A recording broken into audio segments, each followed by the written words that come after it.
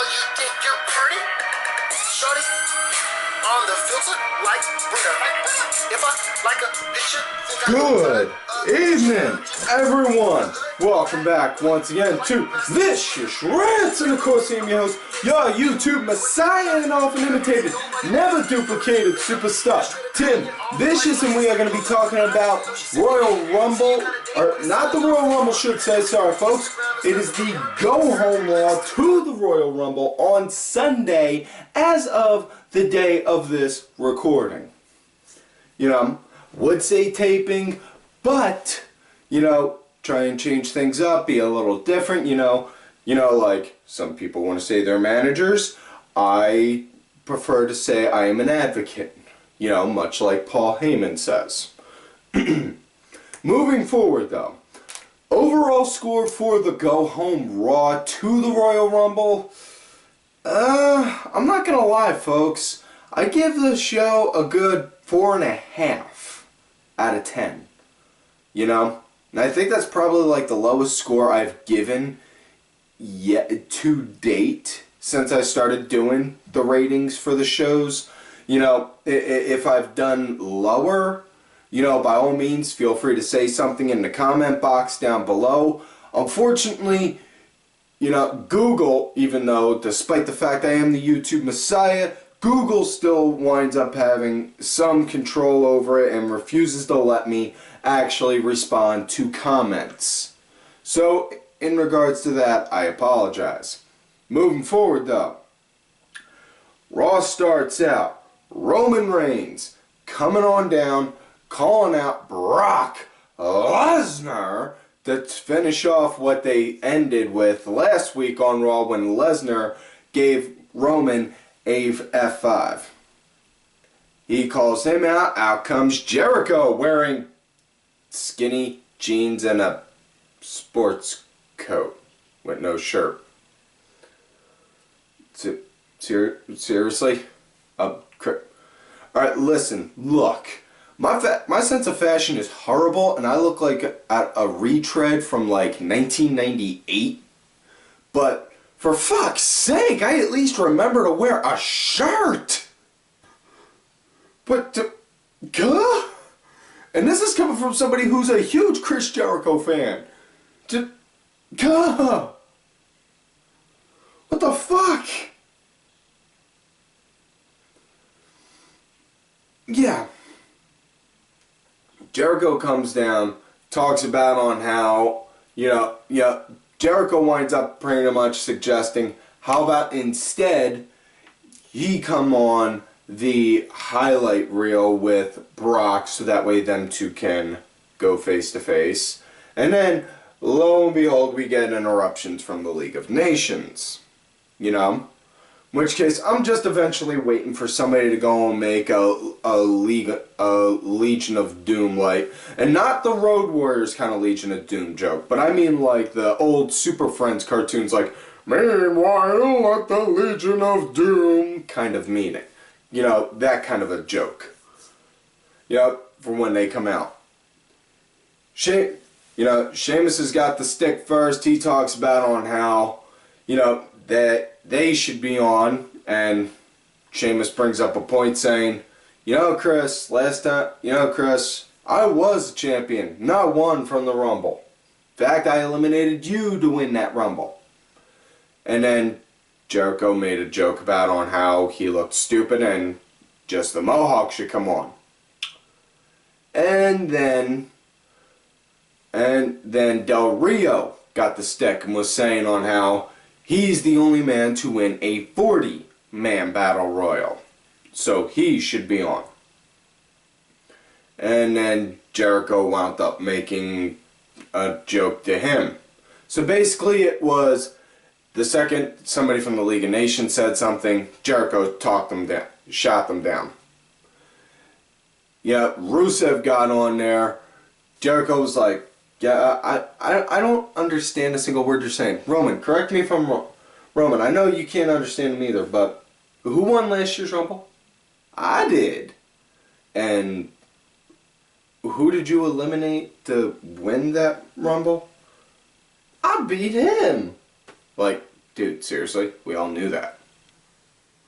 I mean, you want to go and rub salt in the wound, how about you go and mess with him about having the largest tramp stamp in the history of ever?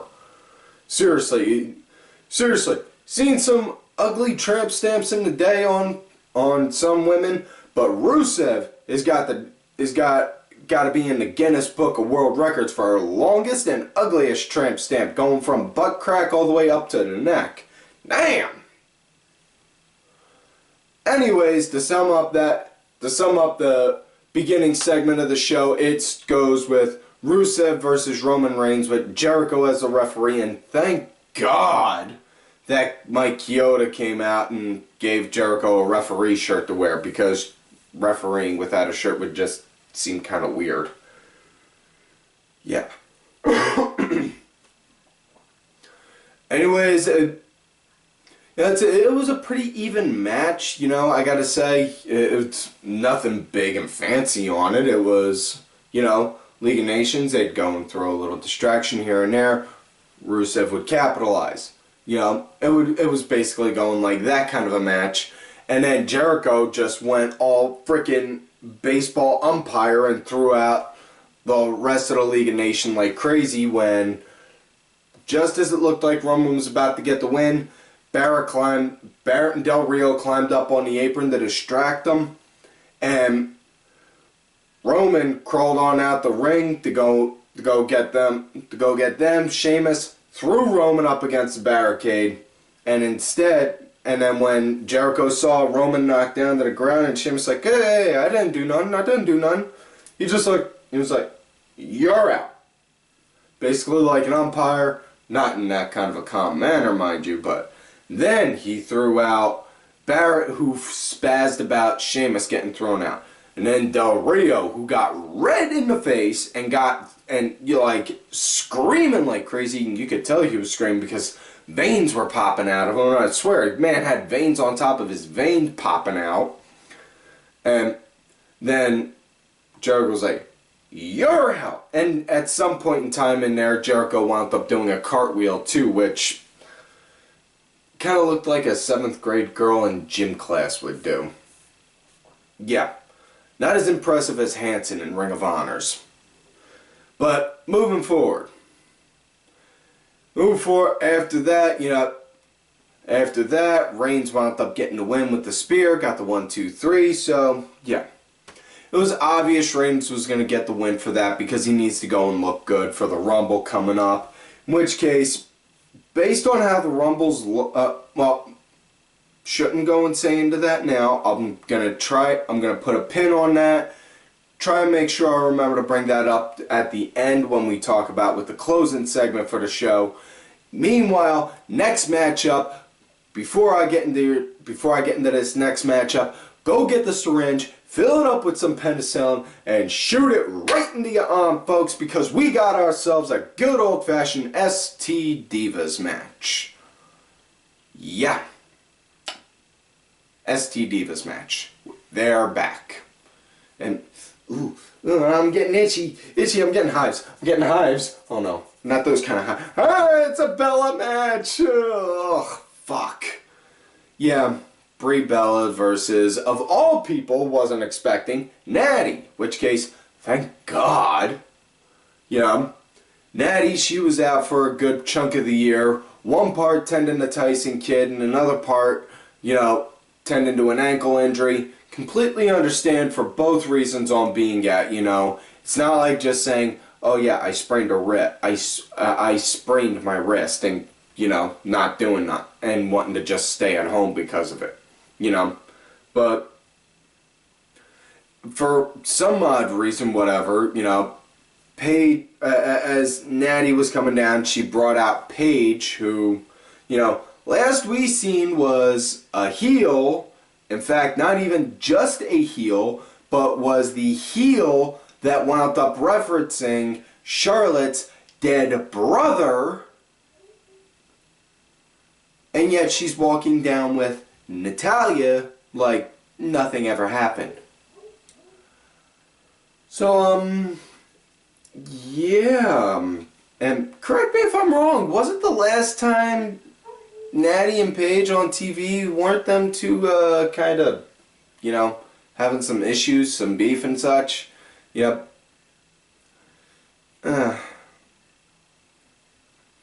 Anyways, this was an extremely short match. Like I said, it was an ST Divas match. It was a short-lived one.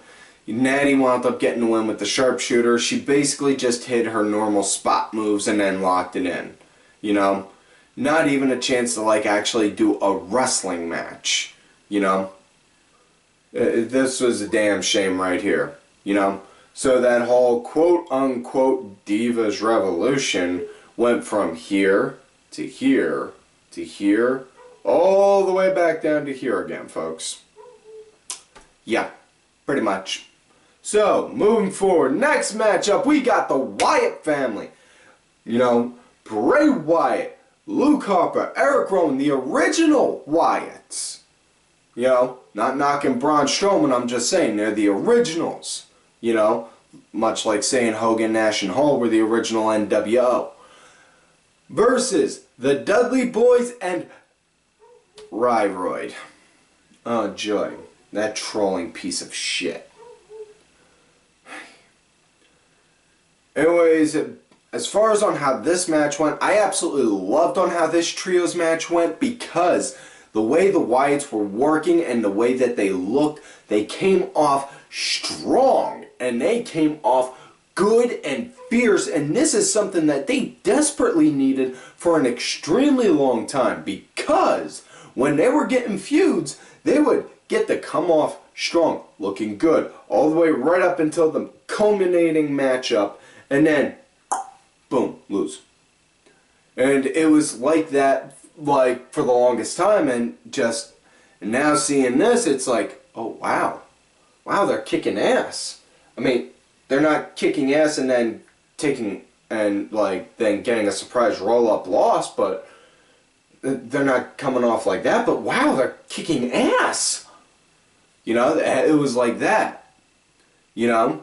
That, and above all things, probably the biggest thing my jaw hit the floor for, and no lie, folks, I wish the cameraman would let me show you guys. He won't let me, though, because he's very touchy about on who handles the camera. My jaw dropped on the ground so hard, no lie, it made an impact on the ground like, whoa. Because when Ryback was out there, you know, getting ready to go and pounce on Bray, Braun just yelled out to him, "Hey!" Like that, turned around, next thing you know, Bray, running club right to the back. Ugh! You see Ryback hit Braun and like, boom, and then fall down. Braun did not budge 1 inch. He didn't budge an inch. He was like, boom. What is this thing that hit me? I don't like it. Get it off me.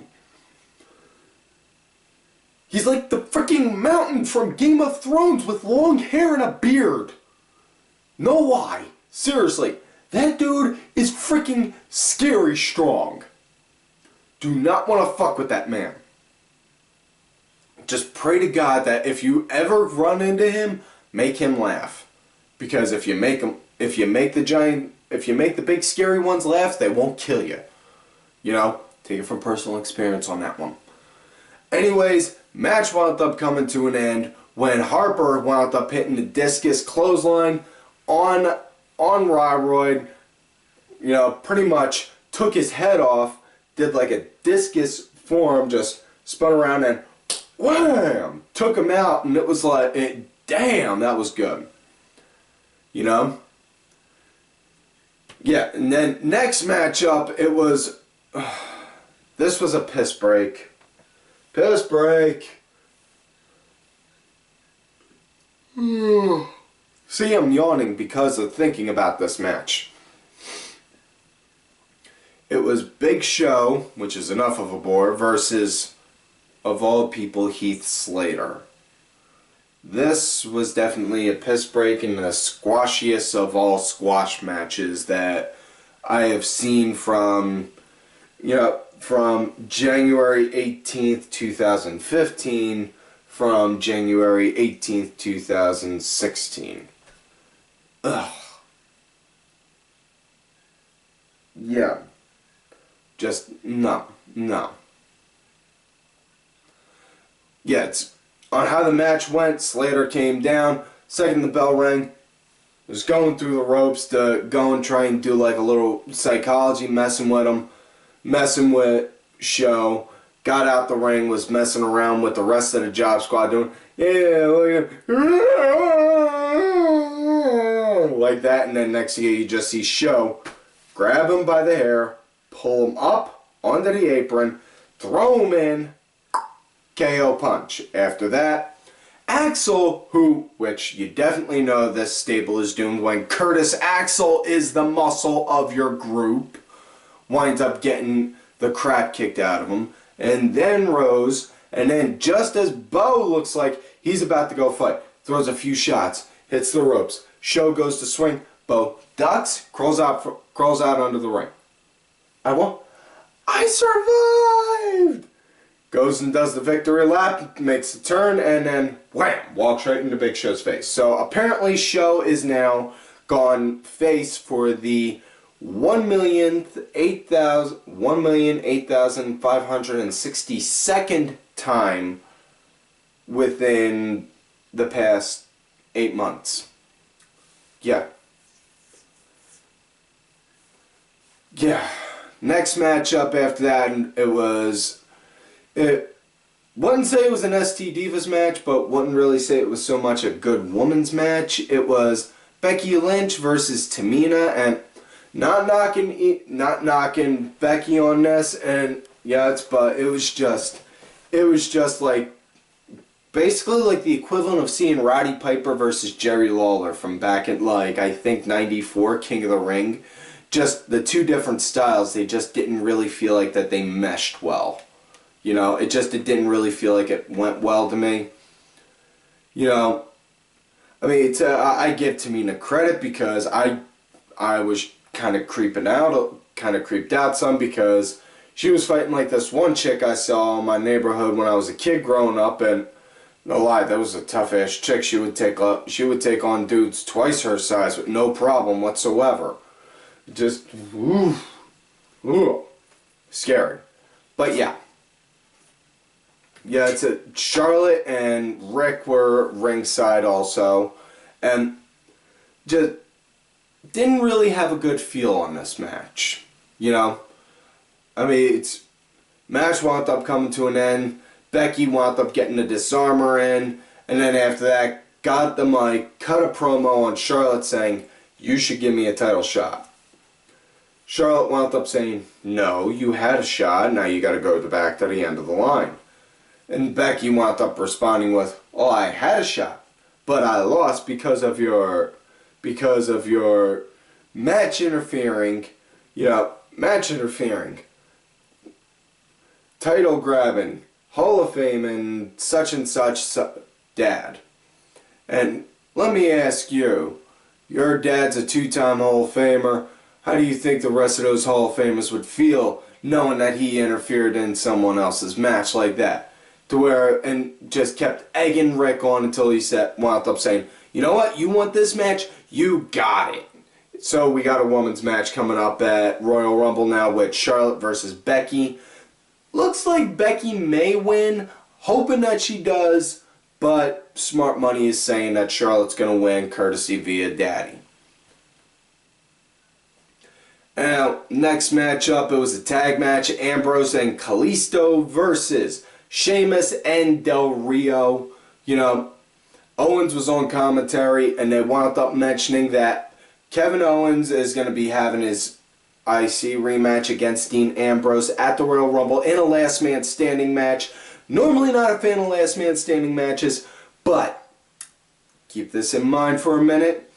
If they can do a last man standing match as good as what Kevin Steen and El Generico did in Ring of Honor with La Revenja, oh my God, that can work. You know, these two guys got the talent and got the skill. They can work it. You know, they're being given the canvas.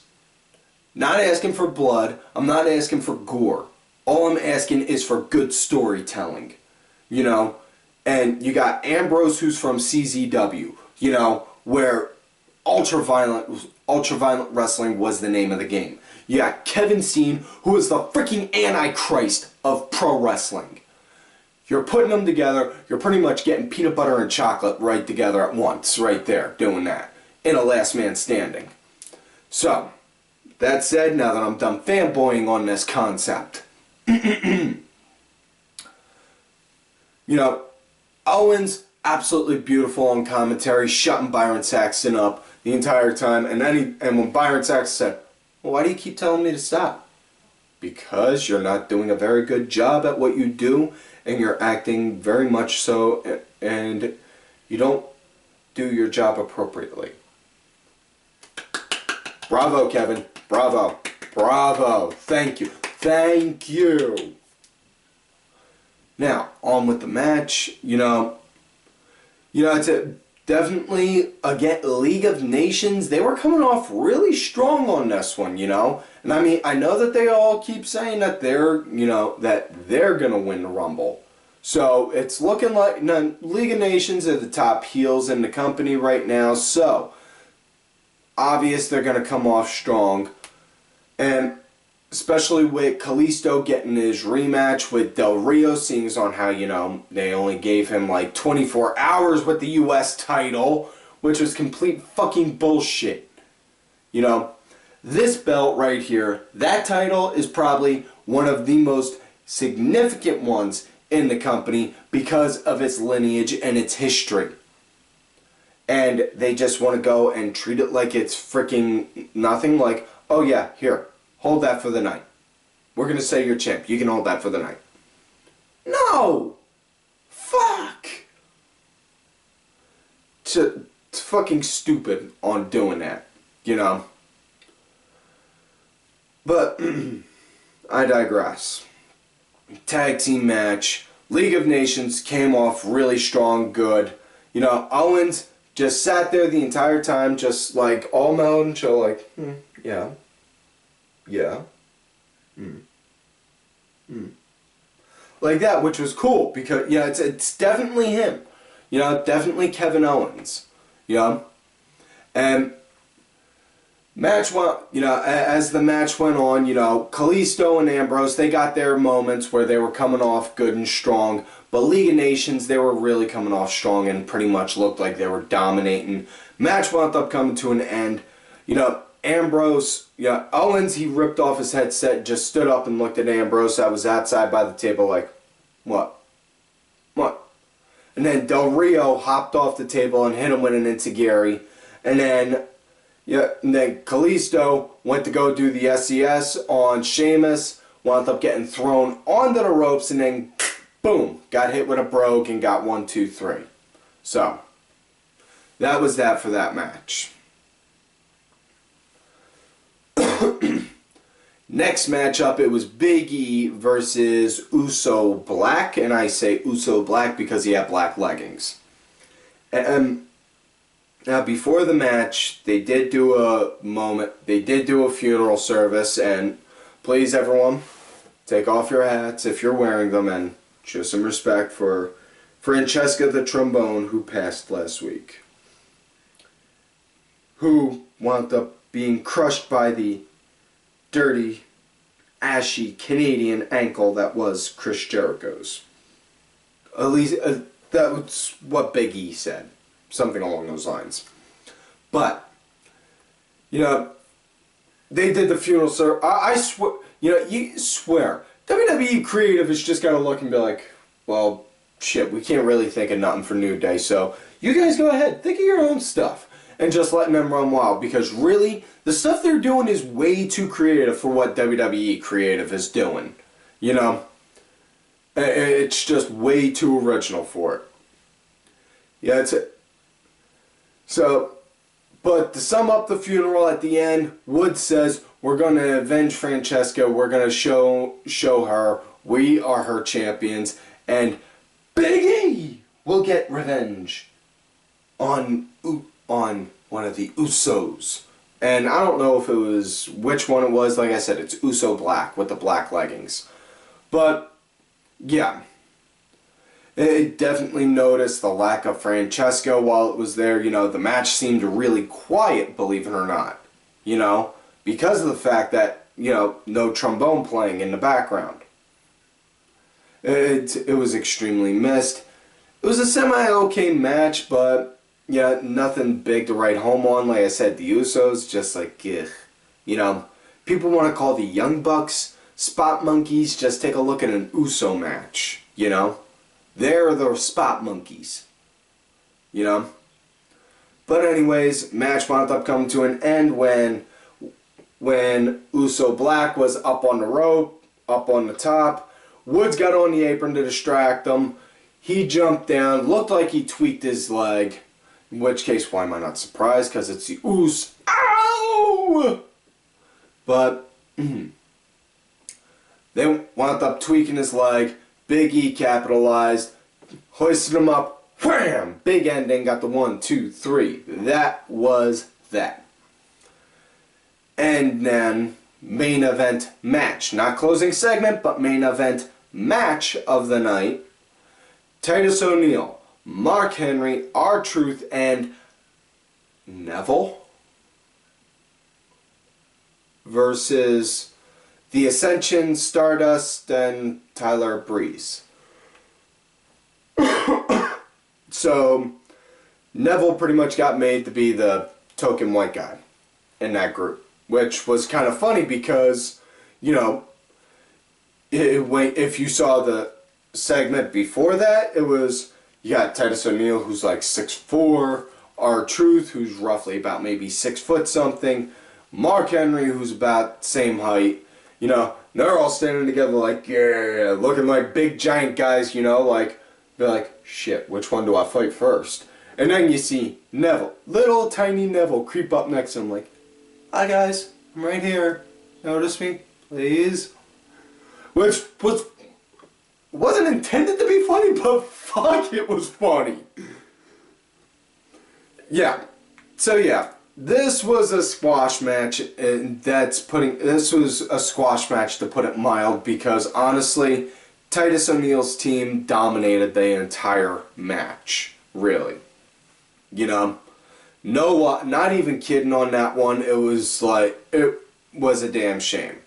You know, match wound up coming to an end when Tyler Breeze went to go do a crossbody on the Titus called him and was like, no.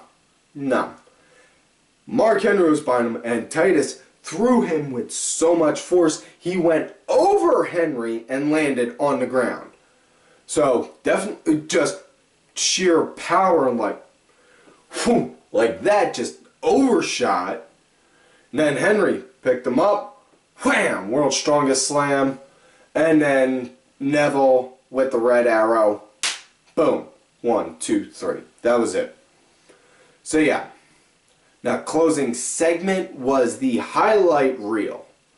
Chris Jericho's highlight reel, which case extremely missed the Jeritron 6500 as well as the furniture that is normally around on there. For whatever reason, they chose not to keep it. Huh. You know, if I didn't know better, I'd swear they were expecting some type of an attack to happen if the furniture was around. Huh. Oh well. Moving forward. Jericho's out there. He's boasting about on how the highlight reel's got the three most likely people to win. Himself, Roman, or Brock. And then out comes my savior, should be yours as well, the one and only Paul E, and the E stands for Extreme, Paul Heyman. And comes out and talks about on how Brock Lesnar never was defeated for his championship at WrestleMania. Brock Lesnar was never pinned for his title. Brock Lesnar was never submitted for his title. Therefore, by that argument, he then says Brock Lesnar should should not have to compete in the Rumble, but should instead just be at the main event in Mania because of that. And Jericho, who was out there now dressed instead, didn't come out with just a sports coat with no shirt on now. He came out with skinny jeans and a vest on now, and pretty sure Chris Jericho's getting his wardrobe advice from a feminist lesbian from like 1994. You know, telling him on how to dress. But yeah. Not Jericho's fashion sense aside, it was actually serious Jericho that was out there, because he wasn't talking like his normal self. He was going nice and slow like this. Talking about on how, what if Brock loses? What if it comes down to Chris Jericho and Brock Lesnar? What if Chris Jericho beats Brock Lesnar? And always a big fan of the soft talking kind of promos, because, and brought this up a bazillion times before, reason on why, kids, point straight to the point. You know, you get somebody out there cutting a loud screaming promo like Hulk Hogan, let me tell you something, brother, I'm gonna do this and this and this. You know, no one's gonna listen. Everyone's just gonna be like, yeah, I can't understand him. They're going to go up, grab a soda, and come back. Whereas you get a nice soft-spoken promo like Jericho right there, or Jake the Snake Roberts, or even Bray Wyatt. Talking nice, calm, soft. It's going to make you want to reel you in, pull you closer, thinking, what's he saying? What's that? And then, boom, that's on how you get you. That's on how you hook them. That is on how you do it. Now you could do like Sid Vicious also, like what Sid Vicious would do. Talk softly like this. Talk soft and then go crazy. Because that's another good way to do it. But enough with promo lessons, you know. Back to the matter at hand. He's talking about with that and then saying on how he's going to win. And then out comes Brock, who then circles the ring. And just as he's about to get into the ring, out comes Roman's music, and he bolts down the stairs like a bat out of hell. And when I say the stairs, I'm talking where the fans are. He bolts down the stairs like a bat out of hell, hops the fence, the fence. Definitely showing I'm a Philly kid.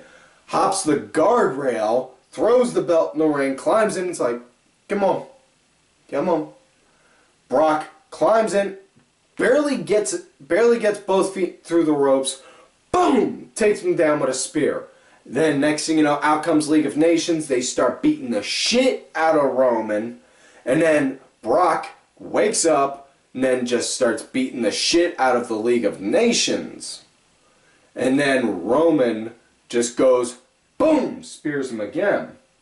And then, of all things, big surprise. Just, lights went out. Boom. Wyatt came out. Rehashing the old Roman Wyatt feud, this time now making it about the title. It's putting more of an emphasis on the title instead of the people, which is great. Adds another layer, and it puts the title up as a higher, elevates the title up more. Saying that's more important. Saying winning that is more important than kicking your ass, is what that says. You know, but Wyatts, they come out, they destroy Roman, and then they destroy Brock. Harper, boom, right to Brock Lesnar. Then next thing you know, Rowan, spin kick, boom, takes Brock down.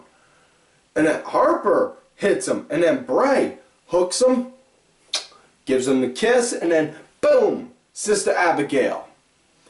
And then just ends with Bray on his knees above, on top of Brock, with the rest of the Wyatts over him. Follow the buzzers! Like that, and then show ends. So, how the show so on how the Rumble is looking.